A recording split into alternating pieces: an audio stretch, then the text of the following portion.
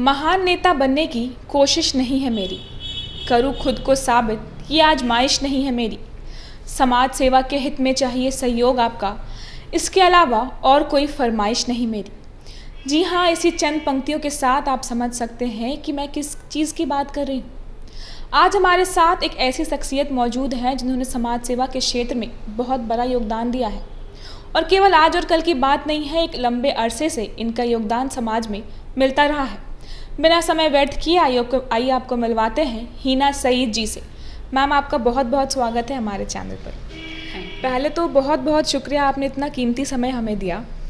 Ma'am, पहला सवाल हमारा आपसे ये है कि आप ये बताएं कि आपने कैसे सोचा कि आपको समाज सेवा के क्षेत्र में आना है, क्योंकि जहाँ तक हमें पता है कि जो हमारे मुस्लिम समुदाय के लोग होते हैं, महिलाओं पे काफ़ी रोक टोक होता है कि आपको बुर्खे में रहना है, हिजाब पहनकर ही बाहर निकलना है। इन सब चीज़ों को आपने कैसे, जो बंदिश होती है, कैसे आपने तोड़ कर और इतना अच्छा काम कर रही हैं? सबसे पहली बात तो ये है कि आपका शुक्रिया, आपने मुझे यहाँ बुलाया। और ये चीज़ मुझे बचपन से ही था, मतलब एक होता है जैसे मेरे यहाँ कोई भी आते थे अपने परिवार के, उनके लिए करना, उनके लिए रात हो दिन हो, अगर कोई 12 बजे रात में भी आए तो उनके लिए तुरंत खाना बना कर खिलाना, ये करना, ये सब चीज़ बचपन से था। तो लगता है धीरे धीरे ये बढ़ता गया कि करने का, कि किसी के लिए कुछ ना कुछ तो करना ही चाहिए। फिर शादी उदी हो गई तो फिर कुछ साल तो नहीं कर पाए, अब थोड़ा फ्री हुए बच्चों बच्चों से, तो 6-7 साल तो क्या, हाँ 8 साल से इस क्षेत्र में है। तो बस लगता है कि कोई भी अगर सामने में दिख जाता है मुझे कि उसको चाहिए हेल्प, तो कर लेती हूँ। और इसमें मेरे हस्बैंड का बहुत बड़ा योगदान है, क्योंकि उन्होंने मुझे बहुत सपोर्ट किया। अगर वो सपोर्ट नहीं करते हैं तो हम आगे नहीं बढ़ते। और मेरी फैमिली भी, मेरे ससुराल वाले, उन लोगों का भी बहुत सपोर्ट है इस मामले में। इस चलते ही इस क्षेत्र में हम आगे बढ़ पाए। अच्छा मैम, कभी ऐसा हुआ कभी कुछ तानों का आपको सुनना पड़ा हो कि क्या कर रही है महिला होकर? क्योंकि जिस समाज में हम लोग रहते हैं वो अक्सर ऐसा होता है कि तानाशाही बहुत होती है।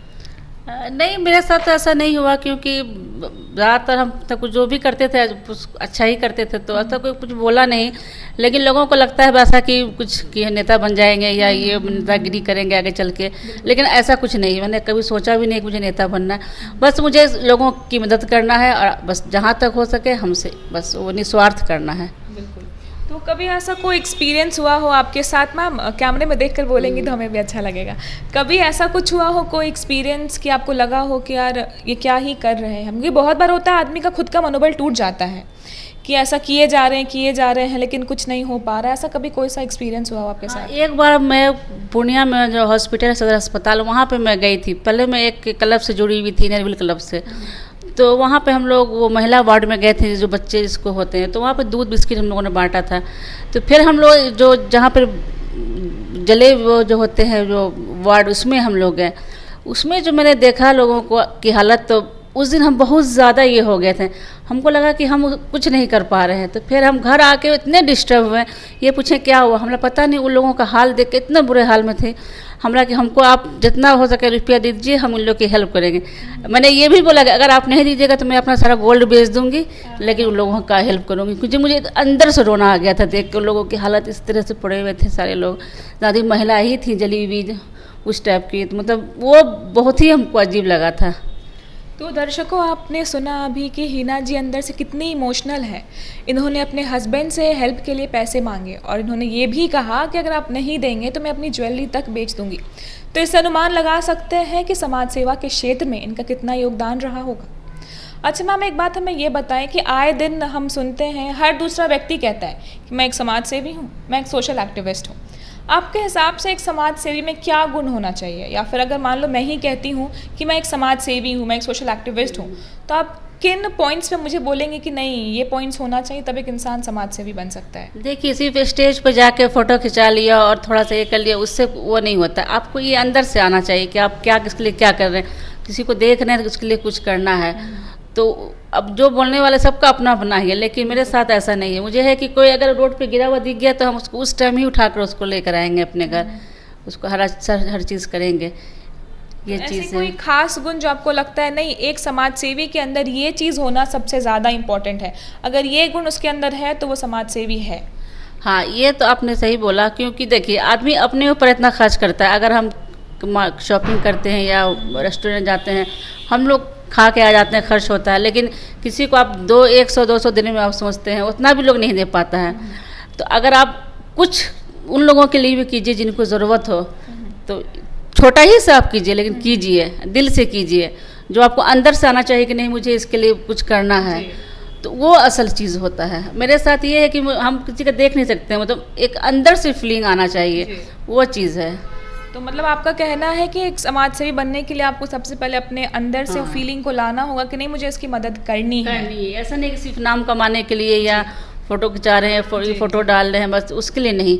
आज जैसे जो भी मैंने काम किया इतने साल से, तो काम मेरा दिखता है, हर कोई इसकी सराहना करते हैं। देख रहे हैं हम लोग। हाँ, तो बस यही बात है, और क्या बोल सकते हैं, सबकी अपनी अपनी सोच है। एक बार मैं फिर से आपको पहले शुक्रिया अदा करूँगी, आपने इतना बहुमूल्य वक्त दिया है हमें। मैम, आज हम लोग जिस जनरेशन में रह रहे हैं, महंगाई अपने चरम सीमा पर है। ऐसे में अगर एक मिडिल क्लास फैमिली की बात करें, अगर उनके 3 से 4 बच्चे होते हैं तो उनको पढ़ाने के लिए काफ़ी सोचना पड़ता है, उनकी शादी के लिए काफ़ी सोचना पड़ता है। ऐसे में दर्शकों, मैं आपको बता दूं, हीना जी ने 10 बच्चों को गोद लिया है। मैं फिर से बता दूं, हीना जी ने 10 बच्चों को गोद लिया है, जिस कार्य के लिए उनको सम्मानित भी किया गया है। पहले तो आपको बहुत बहुत शुभकामनाएं, बहुत बहुत बधाई। मैम, ये विचार आपके मन में कैसे आया कि नहीं इन 10 बच्चों को गोद लेते हैं? ये एक देहदान ददीची संस्था है, उससे हम जुड़े हुए हैं पूर्णिया में। तो अभी जो कोरोना में इतनी तबाही हुई, इतने लोग मरे, जो तो उसमें से जो भी गरीब परिवार थे, तो उसमें किसी के फादर मदर दोनों चले गए, या मदर या फादर। तो इस संस्था, ये तो सुशील मोदी जी हुए और विमल जैन जी, लोग उन लोगों के इसमें ही ये संस्था है। तो ये निकाला गया कि आप बच्चे को गोद लीजिए, जिसको जो है, ऐसा नहीं कि आपके ऊपर प्रेशर है कि आप इतना लीजिए, आप 1 भी ले सकते हैं, 2 भी ले सकते हैं, पर बच्चा 500 है।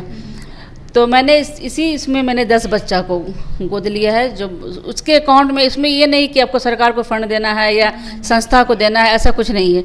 ये डायरेक्ट बच्चे के अकाउंट में जाता है, उसका सारा डिटेल है आपके पास, आपके बैंक से ऑटोमेटिक उसके अकाउंट में ट्रांसफ़र हो जाता है। किस कदर आपने सोचा, मतलब क्या प्लानिंग है कि आप उन्हें फाइनेंशियल सपोर्ट आगे किस तरह से करने वाली हैं? मैंने उन बच्चों को या उनके परिवार में जो भी थे, मैंने उनको बुलाया था घर पे, एक प्रोग्राम रखा था। तो मैंने उनको कहा, देखिए 500 से कुछ नहीं होता है अगर सोचा जाए तो, लेकिन उन लोगों के लिए एक छोटा सा भी मदद। तो मैंने उन लोगों से बोला था कि आप लोगों को कुछ भी अगर और भी हेल्प हो तो आप ज़रूर मेरे पास आइए, हमसे जहाँ तक हो सकेगा हम आपके लिए करेंगे। मैम, जैसा कि पता है कि महंगाई रुकने वाली नहीं है और आगे बढ़ेगी ही बढ़ेगी। ऐसे में बच्चे भी काफ़ी छोटे होंगे उनके, और आगे उनकी शादी की जब बात आती है तो आपका क्या योगदान रहने वाला है, या फिर आपकी तरफ से क्या प्लानिंग रहने वाली है? अभी तो ये 3 साल के लिए ही है, ये मतलब कि जो नाबालिग बच्चे हैं उन लोगों के लिए है, जो होते हैं, बड़े बच्चों के लिए नहीं, छोटे ही बच्चों के लिए। 3 साल का ये है। अभी 1 साल होने पे ये कार्यक्रम यहाँ पर रखा गया था, जिसमें मुझे सम्मानित किया गया, और बाकी अभी 2 साल है। अब 3 साल पूरने पे अब आगे क्या नया प्लान होगा ये तो मुझे नहीं पता है, अब तो उसके बाद ही मालूम चलेगा। ये जो कार्य था 3 साल का था कि 3 साल अभी 1 ही साल हुआ है। मैम, एक बार मैं फिर से आपको तहे दिल से बधाइयाँ देती हूँ, शुभकामनाएं देती हूँ। ऐसे ही अच्छे अच्छे काम करते रहिए। हमें भी गर्व होता है कि हमारे समाज की महिलाएं काफ़ी अच्छा कर रही हैं और काफ़ी आगे निकल रही हैं। मैम, कोई ऐसा मैसेज जो हमारे आप दर्शकों को देना चाहेंगी कि जो मतलब छल कपट मन में ना रखें अगर समाज सेवा के क्षेत्र में है, कुछ ऐसा? मैं बस यही बोलना चाहूँगी कि अगर आप सक्षम हैं करने में, आप अपने ऊपर खर्च करते हैं, ठीक है, अपने ऊपर भी कीजिए, मैं भी करती हूँ, लेकिन अगर आप सक्षम हैं तो आप दूसरों को भी मदद कीजिए, थोड़ा ही सा कीजिए, लेकिन कीजिए। कोई आपके अगल पड़ोस में हो या कोई ज़रूरतमंद हो, कोई बीमार हो, किसी की शादी हो, ज़रूर कीजिए, करना ही चाहिए, क्योंकि आदमी अपने लिए तो करता ही है, दूसरों के लिए जो करता है वही सही लाइफ जीता है। हम तो ऐसा मानते हैं, अंदर से लगता है दिल को, आदमी को जैसे सुकून मिल रहा है या अच्छा लग रहा है कि मैंने कुछ किया, थोड़ा ही सा किया लेकिन किया, बस ये चीज़। तो दर्शकों, जैसा कि आपने सुना, हीना जी का मानना है कि आपको सुख चाहिए, चैन चाहिए, तो दूसरों की मदद करके देखिए, एक आंतरिक सुख मिलेगा आपको। ये तो बात। तो मैम, आपकी खुशी का राज यही है कि दूसरों की मदद करके आप खुश रहती हैं? मैं खुश रहती हूँ, खुद भी खुश रहती हूँ, दूसरे को भी खुश रखती हूँ, ना मैं दुखी होती ना किसी को दुखी करती हूँ। ये मेरा मतलब कि हमेशा से रहा है। बहुत बहुत शुक्रिया मैम, बहुत ही अच्छा लगा आपसे बात करके। तमाम दर्शकों से मैं चाहूँगी कि आप ज़रूर देखें, हमारा पूरा शो देखें। और आपको मैं फिर से बता दूं कि ये हीना जी हैं, जो कि एक बहुत ही उत्कृष्ट समाज सेवी हैं। इन्होंने समाज सेवा के क्षेत्र में बहुत सारे अच्छे अच्छे कार्य किए हैं। और फिर से मैं आपको बधाई देती हूँ कि अभी इन्होंने 10 बच्चों को गोद लिया है। 1 साल हो चुके हैं, इनका जो कार्य था वो 3 साल का था। मैम आपको फिर से बहुत सारी शुभकामनाएं, बहुत सारी बधाइयाँ। दर्शकों आप बने रहे हमारे साथ, ऐसे और लोगों से आपको हम रूबरू करवाते रहेंगे, लेकिन उसके लिए आपको देखना रहेगा आंखें न्यूज़ 24 नज़र हर खबर पर। अगर आपने अभी तक हमारे चैनल को सब्सक्राइब नहीं किया है तो हमारे चैनल को जल्द से जल्द सब्सक्राइब करें, लाइक करें, शेयर करें और कमेंट करें। क्या आप पत्रकारिता के क्षेत्र में अपना कैरियर बनाना चाहते हैं? तो आज ही Royal Ashoka Institute of Mass Communication and Journalism में अपनी जगह सुनिश्चित करें। आर्यभट्ट ज्ञान विश्वविद्यालय पटना से मान्यता प्राप्त 100% प्लेसमेंट के साथ royal Ashoka Institute of Mass Communication and journalism, नामांकन जारी है। हमारा पता है DS/16 गायत्री मंदिर के समीप, कंकड़ बाग, पटना 8,20,000। आप हमें संपर्क भी कर सकते हैं।